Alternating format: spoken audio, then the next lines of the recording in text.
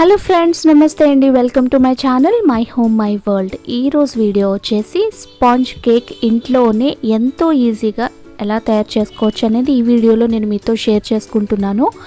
So వీడియోలోకి వెళ్ళే ముందు ఎవరైనా మన ఛానల్ ఫస్ట్ టైం చూస్తున్నట్టయితే వీడియోని లైక్ చేయండి, షేర్ చేయండి, కామెంట్ చేయండి, ఛానల్ని సబ్స్క్రైబ్ చేసుకోండి. పక్కనే బెల్ ఐకాన్ ప్రెస్ చేసినట్టయితే నేను ఏ వీడియో అప్లోడ్ చేసినా వెంటనే నోటిఫికేషన్ వస్తుంది. ఇక ప్రాసెస్లోకి వెళ్ళిపోతే ఇక్కడ నేను ఒక బౌల్ తీసుకున్నాను. ఆ బౌల్లో ఒక 2 ఎగ్స్ అనేవి తీసుకుంటున్నానండి. సో ఇంకా ఎగ్స్ అనేవి మీరు పెంచుకోవచ్చు, అంటే మీరు చేసే క్వాంటిటీని బట్టి. జస్ట్ నేను ఇక్కడ ఒక 2 ఎగ్స్ అయితే సరిపోతుందనమాట నేను చేసేదానికి. సో 2 ఎగ్స్ తీసుకున్నాను. ఇలా బ్లెండర్ తోటి బాగా బీట్ చేసుకుంటున్నానండి. సో ఇక్కడ బాగా బీట్ చేసుకోవడం వల్ల ఇలా మనకి చూస్తున్నారు కదా, అక్కడ నురగలాగా వస్తుంది కదా. సో ఆ విధంగా వచ్చేలాగా బీట్ చేయాలన్నమాట. ఇంక ఇప్పుడు వచ్చేసి నేను 1 స్పూన్ బటర్ వేసాను. మీరు కావాలంటే ఆయిల్ కూడా వేసుకోవచ్చు.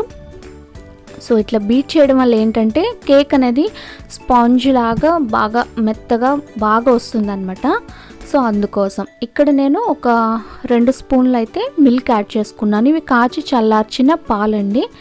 సో మళ్ళీ అవి కూడా మిక్స్ చేసుకుంటున్నాను ఇలా బ్లెండర్ తోటి. ఒకవేళ మీ దగ్గర బ్లెండర్ కానీ లేకపోతే మీరు ఏమంటారు విస్కర్తో కూడా కలుపుకోవచ్చు, లేదంటే మిక్సీలో కూడా వేసుకోవచ్చు.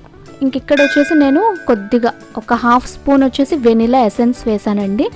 వెనిలా ఎసెన్స్ లేకపోతే కనుక మీరు కావాలంటే ఇలాచీ పౌడర్ అయినా కానీ వేసుకోవచ్చు. అవి ఏంటంటే ఎసెన్స్ ఇట్లా అనేది మనం ఎగ్ యూజ్ చేస్తాం కదా, సో ఆ స్మెల్ రాకుండా ఉండడం కోసం అనమాట.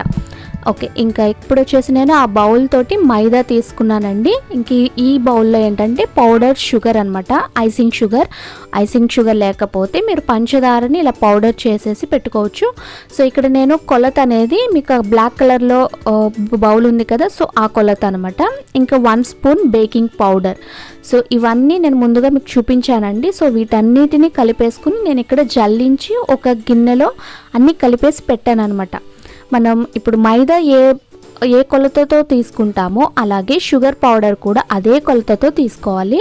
అలాగే దీనికి కాను ఒక 1 స్పూన్ బేకింగ్ పౌడర్ యూస్ చేస్తున్నానండి. సో ఇప్పుడు మొత్తం ఈ 3 బాగా మిక్స్ చేసేసుకుని ఇలా నేను స్పాచులా తోటి కలిపేసుకుంటున్నా. పిండి అంతా బాగా కలిసిపోవాలి. జల్లించుకుంటే బెటర్ అనమాట. ఎక్కడ ఎటువంటి నలకలు అట్లాంటివి ఏమి ఉండకుండా నీట్గా ఉంటుందన్నమాట.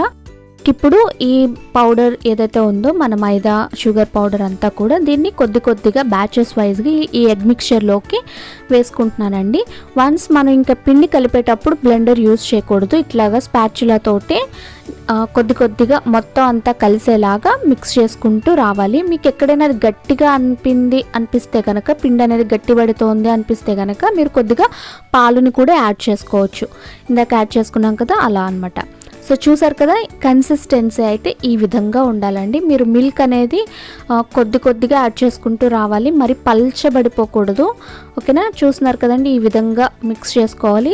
నేను ఎట్లయితే మిక్స్ చేస్తున్నాను ఇలా వన్స్ ఒకసారి కలిపి మధ్యలోకి కట్ చేస్తున్నట్టుగా మిక్స్ చేస్తున్నా కదా, దీన్ని కట్ అండ్ ఫోల్డ్ మెథడ్ అంటారండి. సో ఈ విధంగా మిక్స్ చేయడం వల్ల మనకి కేక్లో ఎయిర్ బబుల్స్ లాంటివి కానీ అట్లా ఏమన్నా ఉన్నా కూడా అవన్నీ పోతాయి. ప్లస్ మనకి స్పాంజ్ లాగా మెత్తగా వస్తుంది అనమాట కేక్ అనేది. సో ఈ విధంగా బాగా మిక్స్ చేసుకున్న తర్వాత ఇక్కడ నేను కేక్ ట్రే అయితే తీసుకున్నాను. దాంట్లో నేను బటర్ పేపర్ వేసుకున్నానండి. మీరు ఒకవేళ బటర్ పేపర్ లేకపోతే జస్ట్ మీరు మైదాతో డస్ట్ చేసుకోవచ్చు. కొద్దిగా ఆయిల్ అప్లై చేసుకుంటున్నాను. ఇక్కడ ఆయిల్ అప్లై చేసుకుని మైదాతో కూడా డస్ట్ చేసుకొని అప్పుడు బ్యాటర్ వేసుకోవచ్చు అనమాట. సో ఇప్పుడు ఈ విధంగా నేనైతే ఆయిల్ అప్లై చేశాను. ఇది ఆయిల్ ఎందుకంటే మనకి వన్స్ మన కేక్ రెడీ అయిన తర్వాత ఈజీగా వచ్చేయడం కోసం అప్లై చేసుకోవాలన్నమాట. సో ఈ విధంగా మొత్తం బ్యాటర్ అంతా ఇందులోకి ట్రాన్స్ఫర్ చేసుకున్నాక ఇట్లాగా ట్యాప్ చేయాలండి.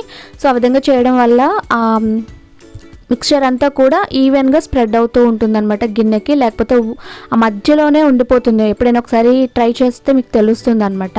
సో ఎప్పుడు కూడా మనకు బ్యాటర్ వేసుకున్న తర్వాత ట్యాప్ చేయాలి గిన్నెనైతే. ఓకే, ఇంక ఇప్పుడు నేను ఓవెన్ని ప్రీహీట్ చేసుకున్నానండి. 180 degrees దగ్గర ప్రీహీట్ చేశాను.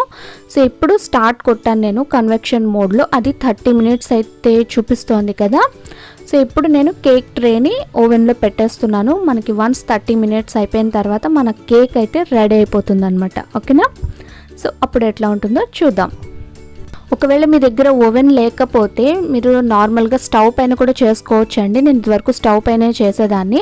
మీరు మందపాటి గిన్నెలో ఇసుక కానీ సాల్ట్ కానీ స్ప్రెడ్ చేసుకొని దానిపైన ఒక చిన్న స్టాండ్ లాంటిది పెట్టుకొని మీరు ముందుగా ఒక 5 నిమిషాలు వేడి చేసుకొని ఇట్లా మన కేక్ ట్రేని పెట్టేసుకోవచ్చు అనమాట. మూత పెట్టేసి ఒక 40 మినిట్స్ లో ఫ్లేమ్లో మీడియం ఫ్లేమ్లో అట్లా పెట్టేసుకుంటే మనకైతే బేక్ అయిపోతుంది. కేక్ అయితే ఈజీగా బేక్ అయిపోతుందండి. నేను ఇంతకుముందు అట్లనే చేసేదాన్ని అనమాట.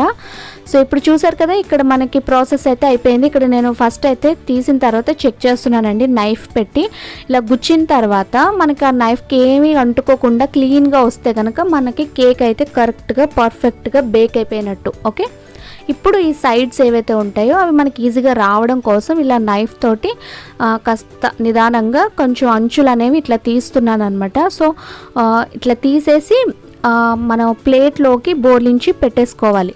వెంటనే బలవంతంగా వేడి మీద ఉన్నప్పుడే దాన్ని లాగేయకూడదండి. వేడి మీద ఉంటే అది ఇంకా లోపలంతా ఏమంటారు విరిగిపోతుంది అనమాట.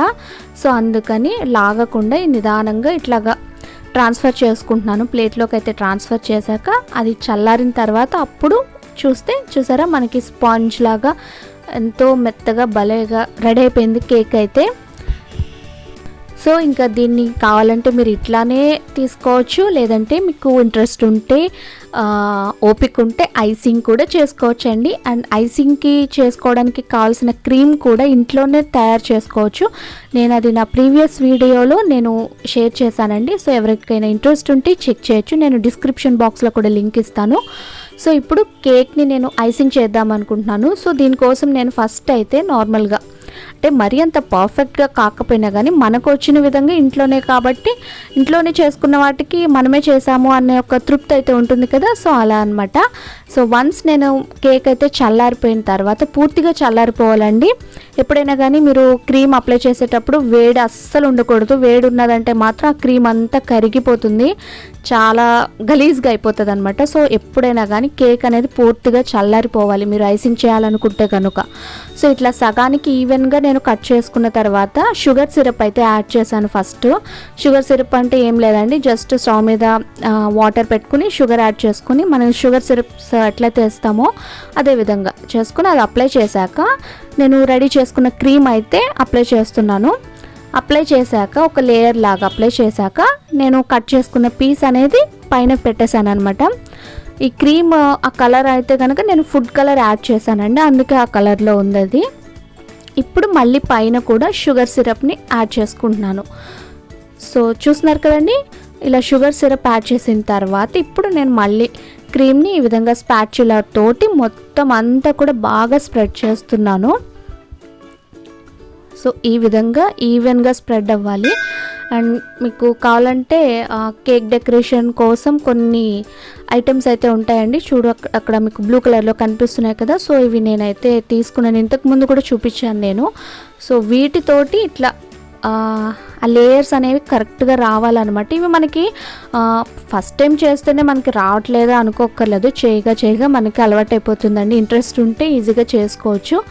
సో నేను ఇక్కడ ఇంకొక కలర్ తోటి క్రీమ్ని నేను ఇంకొక ఫుడ్ కలర్ యాడ్ చేసుకున్నాను, గ్రీన్ కలర్ వేసుకున్నాను కాస్త డిఫరెన్స్ ఉండాలని చెప్పేసి.